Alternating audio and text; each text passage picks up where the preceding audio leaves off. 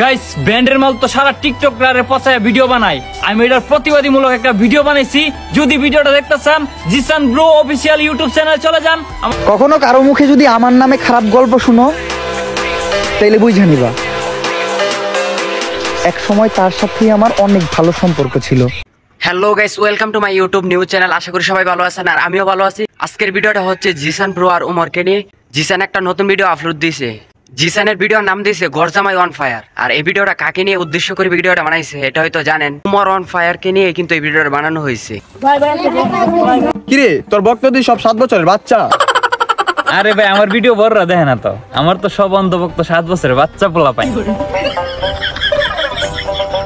এই যা নিজে কর যা। আর জিসানে কিন্তু প্রতিনিয়ত কিন্তু উমরের পিছনে লাগিয়ে আছে। আর এটা কি কারণে লাগিয়ে আছে ওইটা হয়তো আমি জানি না, আপনারাও কিন্তু জানেন না, কিন্তু এই ভিডিওতে সবকিছু আপনি জানতে পারবেন। ভাই কিন্তু গরজামে হলো ব্র্যান্ডের মাল। রাখ তোর ব্র্যান্ডের মাল।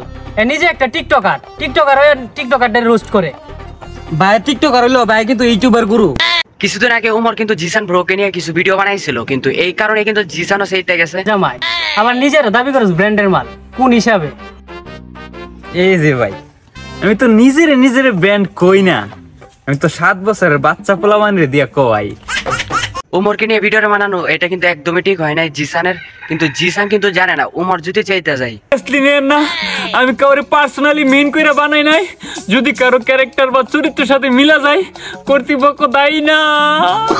উমরের যে টিকটকের কথাগুলো ওইগুলো কিন্তু একদম ব্র্যান্ডের কথা বলে, ঠিক আছে? আর জিসান যাগুলো ভিডিও করে সে কিন্তু আজে বাজে ভিডিও করে।